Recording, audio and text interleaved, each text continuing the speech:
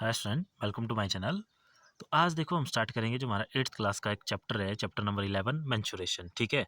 तो सबसे पहले हमेशा की तरह हम इसमें इसकी इंट्रोडक्शन पढ़ेंगे, लेकिन इंट्रोडक्शन में हम इसकी एक्सरसाइज वाइज पढ़ेंगे। ठीक है। जैसे मतलब जो कंसेप्ट हमारे एक्सरसाइज 11.1 में यूज़ होंगे उनको देखेंगे हम इस वीडियो में।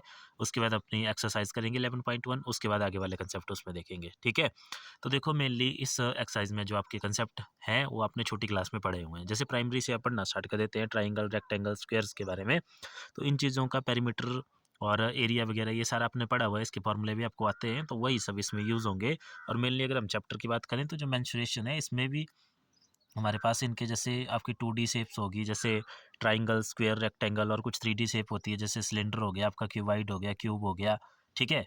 तो इन तरह के शेप्स के हमने एरिया और वॉल्यूम से रिलेटेड प्रॉब्लम इसमें करनी है। ठीक है।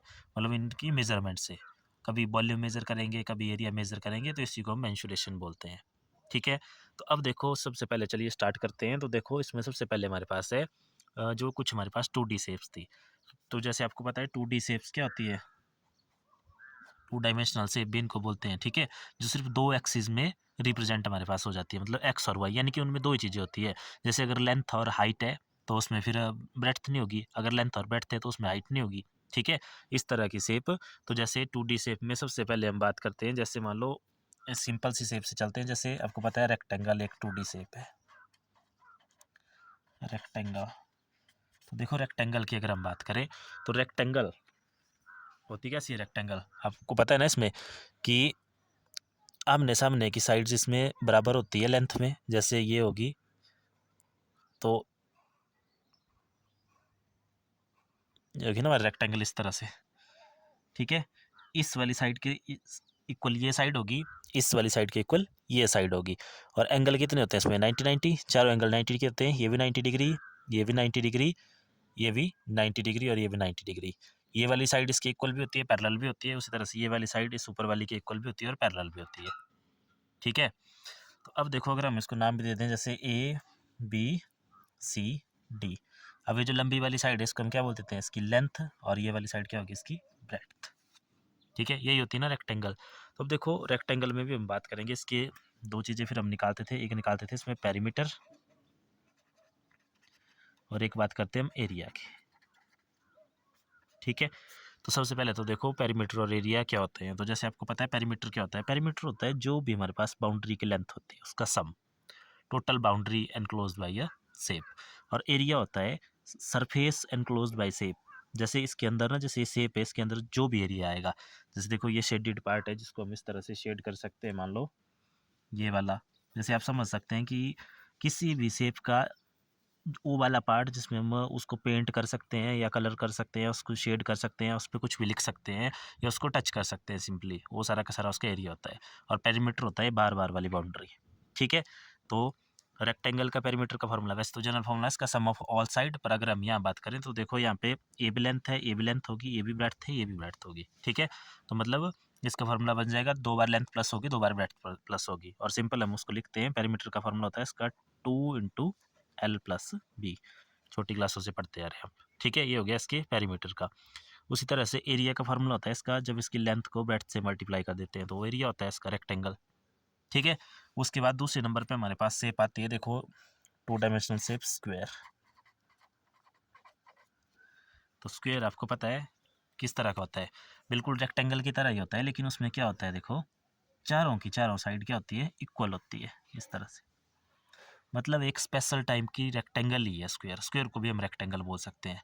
क्यों बोल सकते हैं, देखो यहाँ से भी क्वेश्चन बनता है कि हम जो है सभी स्क्वायर को रेक्टेंगल बोल सकते हैं कि नहीं बोल सकते। तो रेक्टेंगल बोल सकते हैं बिल्कुल स्क्वायर को। क्यों? क्योंकि रेक्टेंगल की कंडीशंस है, एक तो पैरेलल साइड होनी चाहिए, देखो आमने सामने, और आमने सामने की साइड सेम होनी चाहिए। तो इसके सामने बिल्कुल पैरेलल है, इक्वल भी है। उसी तरह से इसके सामने भी पैरेलल भी है और इक्वल भी है। ठीक है। तो ये रेक्टेंगल बिल्कुल होगी, लेकिन सभी रेक्टेंगल को हम स्क्वायर नहीं बोल सकते। क्यों? क्योंकि स्क्वायर की कंडीशन होती है सारी साइड सेम होनी चाहिए, बट रेक्टेंगल में सारी साइड सेम नहीं होती। तो रेक्टेंगल को स्क्वायर नहीं बोल सकते, लेकिन स्क्वायर को रेक्टेंगल बोल सकते हैं। ठीक है। ये सारी की सारी साइड सेम है, जैसे एक नाम दे दे इसको ABCD। ठीक है। और इनको हम स्क्वायर की साइड को हम एज लेंथ भी बोलते हैं, सिंपल है, इसको हम A से लिखते हैं। ठीक है। अब बात करें अगर इसके पेरीमीटर की और एरिया की, इसके पेरीमीटर का फार्मूला होता है, देखो इसकी लेंथ कितनी बार प्लस होगी यहाँ पे 4 टाइम्स, तो सीधा हमारे पास आ गया ये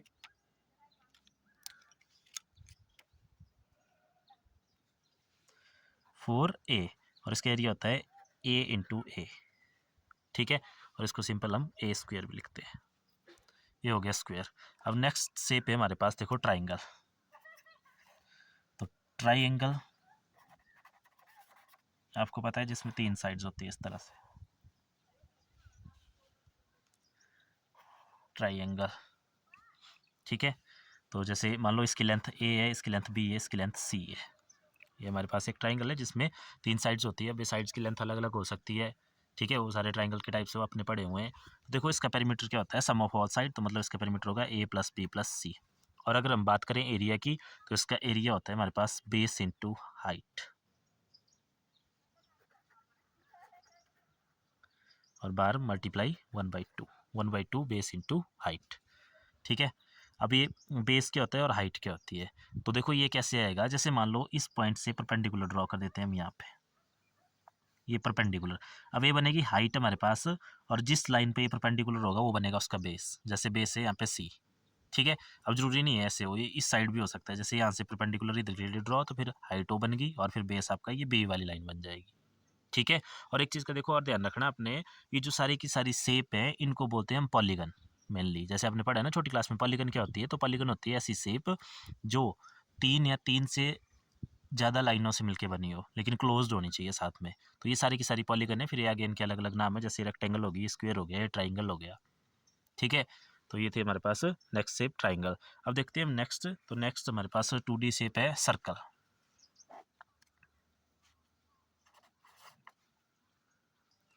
तो देखो सर्कल आपको पता है कि कुछ इस तरह का होता है, और ये वाला जो पॉइंट होता है इसको बोलते हैं हम सेंटर, ठीक है, ये सेंटर हो गया।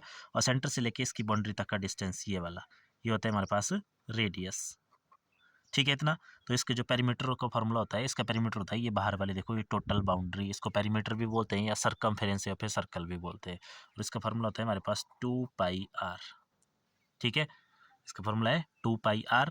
और इसका जो एरिया होता है वो होता है हमारे पास πr स्क्वायर, ठीक है। ये सारा हमने 7th क्लास में पढ़ा था डिटेल में कि ये क्यों होता है 2πr और ये क्यों होता है πr स्क्वायर। तो यहाँ पे तो हम सिर्फ इसको जस्ट रिवाइज कर रहे हैं, ठीक है।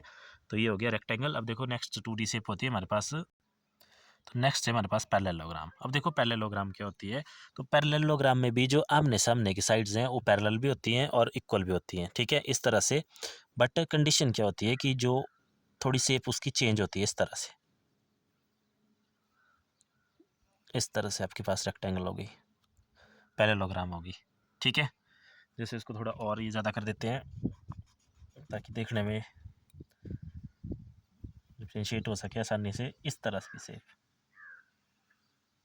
ये इसको बोलते हैं पैरेललोग्राम, ठीक है।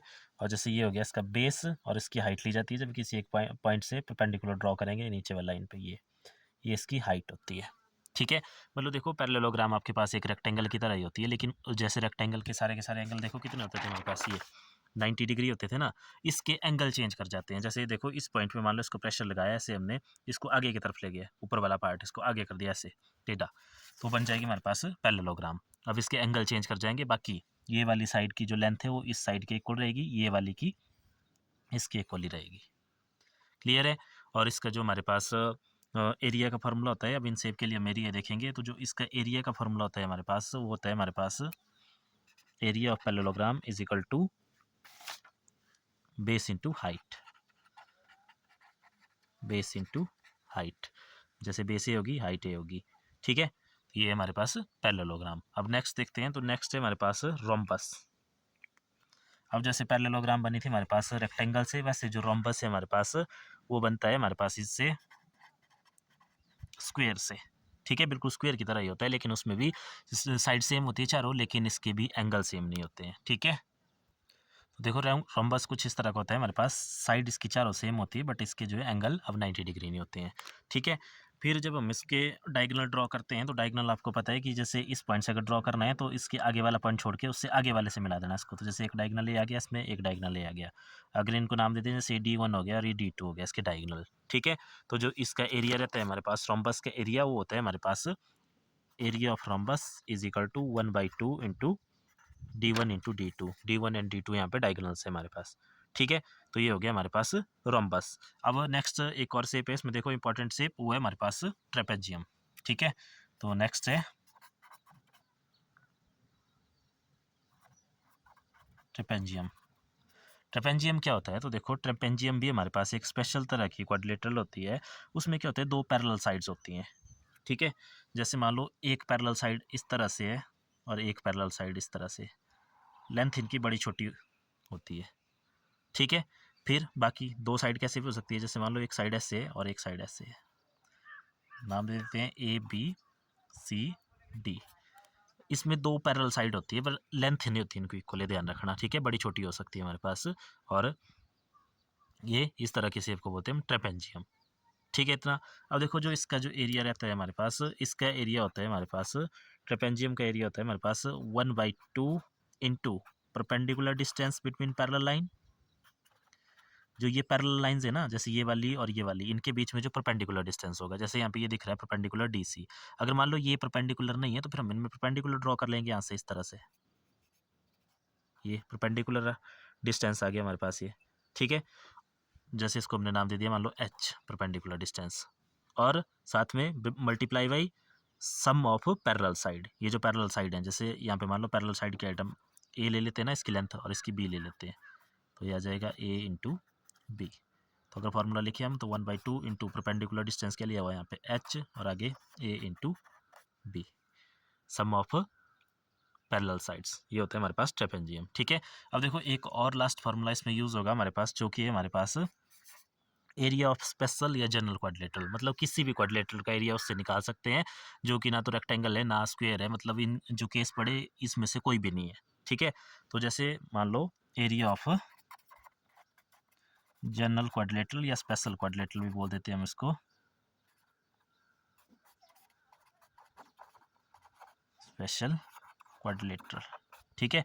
तो जैसे मान लो कोई इस तरह से आपके पास एक क्वाड्रिलेटरल है, जैसे एक साइड है उसकी, एक साइड इस तरह से है और ये कुछ ऐसे है और ये कुछ इस तरह से, मतलब ना तो ये ट्रेपेजियम बन रहा है ना कुछ बन रहा है, पैरेलल साइड्स भी नहीं है ये, ठीक है। तो फिर हम क्या करेंगे, जैसे मान लो इसका डायगोनल ड्रॉ किया सबसे पहले, तो जैसे ये डायगोनल ड्रॉ कर लिया इसका, उसके बाद डायगोनल हो गया ना, इस साइड के लिए भी इसकी हाइट निकालेंगे। तो हाइट कैसे, इस पॉइंट से परपेंडिकुलर ड्रॉ कर देंगे बेस पे, इस डायगोनल पे, तो ये आ गया हाइट, इसको H1 नाम दे दिया। और वैसे सेम इस साइड से भी, तो देखो ये आ गया हमारे पास H2। तो अगर इसको नाम दे दें ABCD, तो देखो ABCD यानी कि एरिया ऑफ क्वाड्रिलेटरल ABCD को हमने दो पार्ट्स में डिवाइड कर दिया, दो ट्राइंगल बना ली। एक ट्राइंगल बनी हमारे पास, एरिया ऑफ ट्राइंगल कौन सी, ऊपर वाली का नाम देखो